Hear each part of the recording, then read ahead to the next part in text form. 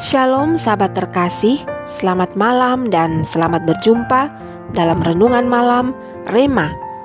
Puji Tuhan, kita masih diberikan kesempatan untuk menjalani kehidupan hingga saat ini. Menyadari bahwa dalam menjalani hidup kita perlu tuntunan Tuhan, maka kita harus senantiasa ada dalam aturan Tuhan sehingga perjalanan hidup ini selamat sampai ke tujuan. Oleh karena itu, malam ini kita akan belajar untuk memahami dan melakukan kehendak Tuhan. Marilah mohon tuntunan Roh Kudus agar kita dimampukan. Mari berdoa. Bapa, di dalam nama Yesus, kami bersyukur untuk kasih setia-Mu dalam hidup ini. Terima kasih untuk hari ini karena Tuhan sudah menyertai kami. Sebelum beristirahat, kami ingin memahami kehendak-Mu. Tuntunlah kami dengan Roh Kudus agar kami juga mampu untuk melakukannya. Amin.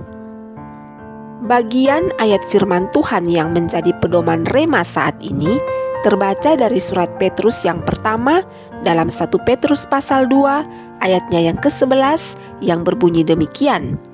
Saudara-saudaraku yang kekasih, aku menasihati kamu supaya sebagai pendatang dan perantau kamu menjauhkan diri dari keinginan-keinginan daging yang berjuang melawan jiwa. Sahabat Rema, ada seorang pengembara tiba di sebuah negeri. Pengembara itu mendengar bahwa ada seorang pria bijaksana di negeri itu. Pria bijaksana itu dikenal saleh dan baik hati, sehingga sangat dikasihi banyak orang. Oleh karena itu, bukanlah hal yang sulit untuk menemukan pria bijaksana itu. Ketika pengembara bertanya di mana rumah dari si pria bijaksana pada setiap orang yang ditemuinya, maka mereka langsung menunjuk ke ujung perkampungan di mana berdiri sebuah gubuk reot. Ketika pengembara mengetuk pintu gubuk itu, maka muncullah seorang pria tua dan mempersilahkan pengembara itu masuk. Pengembara itu terkejut karena mendapati bahwa pria bijaksana itu tinggal di gubuk reot yang diisi dengan sebuah meja, sebuah kursi, satu kompor, dan alat memasak seadanya. Karena merasa heran dan tidak nyaman, pengembara itu bertanya, "Di mana perabot rumah Anda?"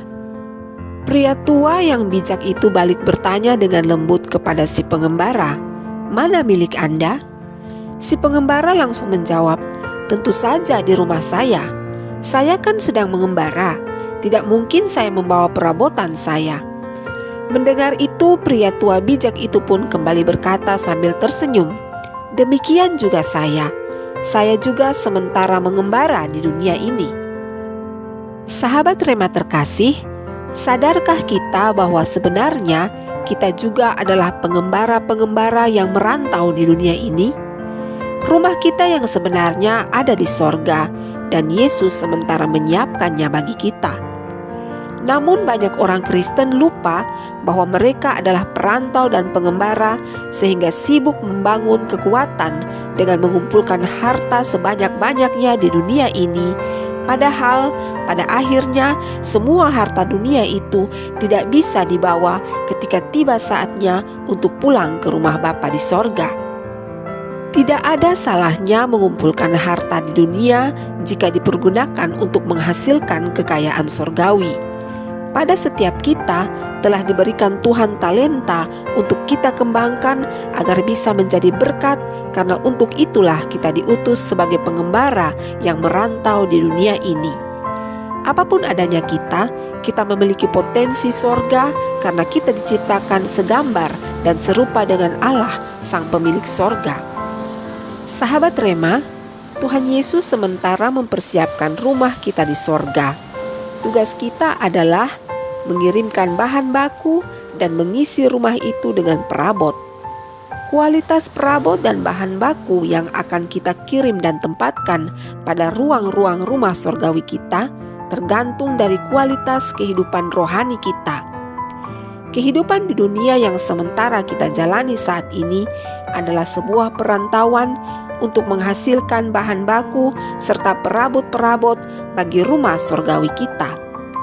Tentunya kita menginginkan bahan baku dan perabot dengan kualitas terbaik. Dan untuk mendapatkannya, maka kita pun harus menghasilkan kualitas kehidupan rohani yang terbaik pula, yaitu selalu intim berhubungan dengan Sang Pembuat rumah sorgawi kita, yaitu Yesus Kristus, sehingga tercipta keharmonisan yang pada akhirnya saat kita kembali pulang, kita bisa menempati rumah terbaik plus perabotan dengan kualitas terbaik pula.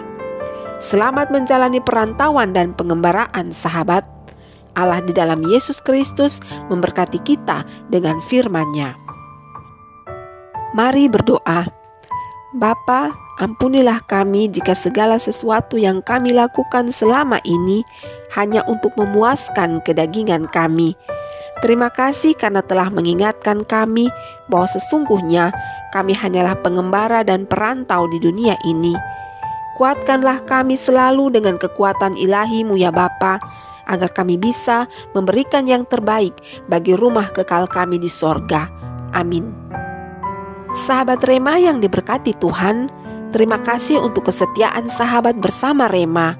Marilah kita saling menopang dan mendukung dalam doa agar kita tetap kuat dalam menjalani kehidupan, serta jangan lupa menyaksikan kasih dan kebaikan Tuhan bagi sesama, sehingga mereka pun bisa merasakan kasih dan kebaikan Tuhan dan memuliakan Tuhan.